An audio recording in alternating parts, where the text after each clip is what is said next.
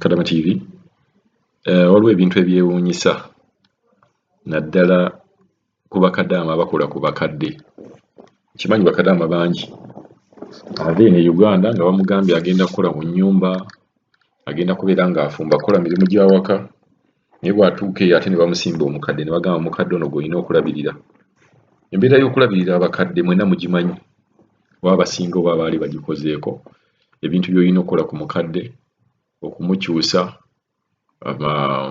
pampa ng'ezo, ekintu ekyo omuntu bw'oba toyina mmeeme ngomu oyinza okuzza buli kintu kyonna ky'olya buli bw'ojjukira biki bintu ki by'obadde okola. Awo ate bwe weewuunyiza nti omukadde oyo gw'olabirira ayinza okuba nga y'akyasinza okubeera nga akuyinako olugezigezi obutakwagala naye ng'ate gw'olabirira ye. Okwo nga kw'otadde n'abaana abamu, si bonna naye ddala okusingira abawala, ng'ate balaba maama waabwe by'omukolera si bituufu, wabula ng'ate ye kennyini ne bamugamba genda olabe nga nkyusa jangu wano olabe maama wo nga mmukyusa pampa tasobola kubeerawo. Kugamba ebintu bibuzaabuza oba ebintu byewuunyisa nti omukadde gw'oyamba kumukyusa pampa, kumulabirira, kumuwa mmere ayinza okuba takwagala.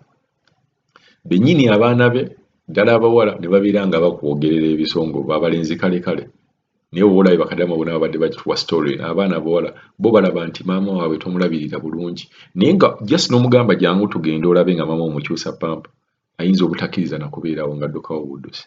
Katuwulirize story ya Kadaama ono atunnyonnyole ku nsonga eyeefaananyiriza ku ekyo. Hello, Mr. Kadaama TV. Gyebali ku ssebo, nsoberera nti oli bulungi. Webali emirimu gy'otuweereza, webali kubaamu naffe. Mu bizibu, mu ssanyu, webali kubaamu naffe, webali kuvaayo mu bannayuganda bonna n'osalawo obeere naffe. Otuwe kwe tusobola otuusiza eddoboozi lyaffe okusobola okwewaŋŋana amagezi, tulabe nti tuvudde tutya mu mbeera. Ndi musanyufu nti nange bampadde ku magezi, naye njagala kuwabula ku muganda wange oba njagala kumuwa ku magezi. Ayina omukadde gw'asiba pampa. Ekituufu kiri nti bano abantu bamanyiira. Eyo embeera ne mwana ewange yaliwo, maama wa mukama wange omukyala yagwa ku akisidenti. Wagwa ku akisidenti, yagwa ku akisidenti mu January. Mu January twali eyo, manyi nze nina ennyumba 3 ze nkolamu, kati twali Jidda. Kati wagwa ku akisidenti, ono mukama wange omukyala alina nyakati gy'alaga nti ayagala nnyo nnyina. N'abagamba ye alina omukozi bamuleete ewuwe. Bwe nakiwulira namuyita nga tebannabaleeta mukadde oyo kuba yali mu ddwaliro. Ne mugamba ogenda mmuleeta wano, omuleeta n'omukozi oba tomuleeta naye?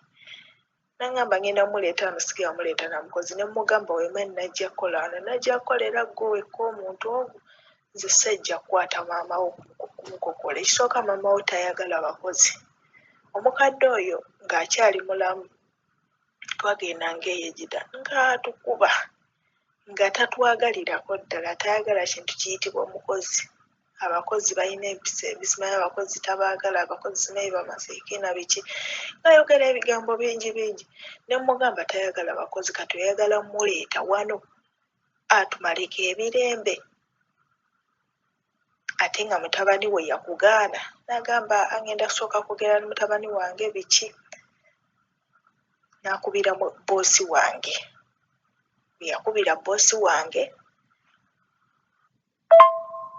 yakubira boosi wange n'amugamba oba oleeta mukozi, leeta omukozi, ng'omukozi gw'oleese agenda kulabirira maama wo, naye maama wo tomuleeta nga taliiko mukozi. Wine bw'agamba nti tajja mmukolako, waddembe ogamba nti tajja kukola ki? Mukolako. Ekyo nange leero mmuwagira ndi mabega we. Kati bwe yamala n'anyiiga n'agamba mutabani we aze ku sayidi yange biki, era wajjawo akatabo kano k'amaanyi, n'ayomba n'ayogera bingi. Nze ne nsirika saamunyiga. Ate ebiseera ebyo right now nali sirina simu, ng'essimu baaginziggyako nga nze ndi byange. sina muntu gwe njogera naye wabula bye njogera mbijja mbongo bange ne ngamba kati kino leero nkiganye sijja kikola leero nja kikola kino nkiganye n'ensalawo nga nze nga siina muntu gwe neebuuzizaako nga baleeta omukadde bamuleeterako omufiripines baleeta omufiripines oyo yakola n'omukadde oyo ndowooza wiiki yali emu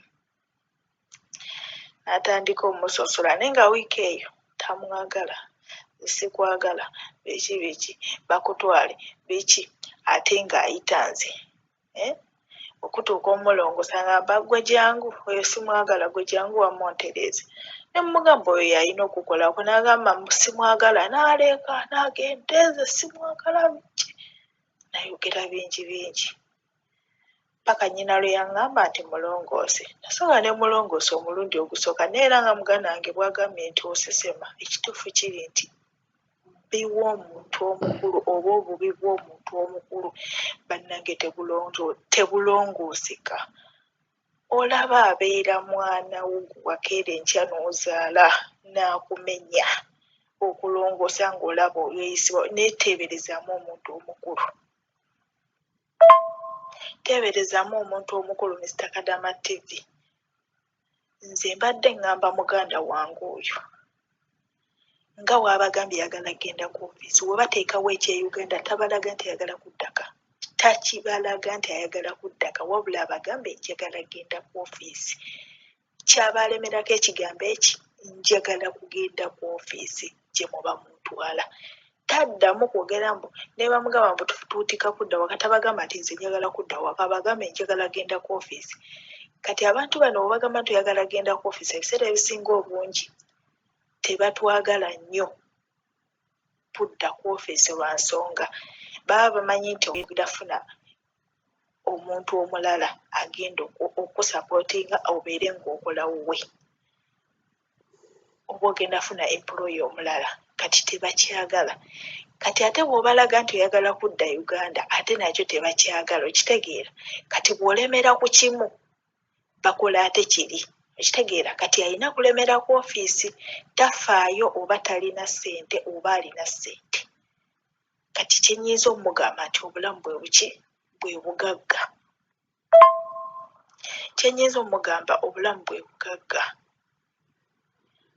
abaana bangi abeegomba okudda ewaka naye nga chance tebagirina naye bw'aba ayogedde n'agamba ayagala muteeka kudda waka tamulaga nti ayagala kudda waka mulaga ekintu kimu nti nze njagala genda ku ofiisi njagala genda ku ofiisi sirina kirala kye njagala nze njagala genda ku ofiisi bano abakadde bajooga ate bano abantu bajooga naye but first yandisoose kigaana kuba nze nakigaana era omukadde we baa kumulongoosa namulongooseza ennaku zaali nnya nembigaana nemugamba zisigenda longoosa maama wo n'essaawa zino maama we era talina mukozi maama we oyo mukama wange omukyala talina mukozi buli mukozi gwe baleeta amugoba buli mukozi gwe baleeta amugoba kyokka waakubira muwala we ne boogera naye ku ssimu agamba mpa omukozi wo njogereko naye nze siri mukozi okitegeera alaga nti nze njagala kuba nze omwezi ekisibo nga kiweddeko tugendagendayo mamayi gy'abeera oba gy'ali waliyo amaka g'ono omukyala naye namugambye okuwaba talina mukozi nze sigenda kulongoosa maama wo kuba ye akyaganya okuwona yakutuka amagulu akyaganya okuwona era wakusibakuba namugambye sigenda longoosa maama wo kati olwadde ye akitandikirawo naye bw'aba asazeewo n'asuula ebikola wansi oba bamuganye oba bagambye tagenda mulongoosa alemere ku kintu kimu byakumuzza ku ofiisi nze kwe kuteesa kwange era yeebadde endowooza yange ge magezi ge muwaguka tafaayo oba ayina ssente oba talina ssente z'oyina e Uganda oba oyina kakadde kamu oba oyina mmeka oba oyina emitwalo 5 ojja kuyiiya oddemu bw'oba oyagala kulinnya olinnye okomewo ekyo kinyiza okugamba ky'oba omanya nti ekyo ekiyumba kifu gy'oli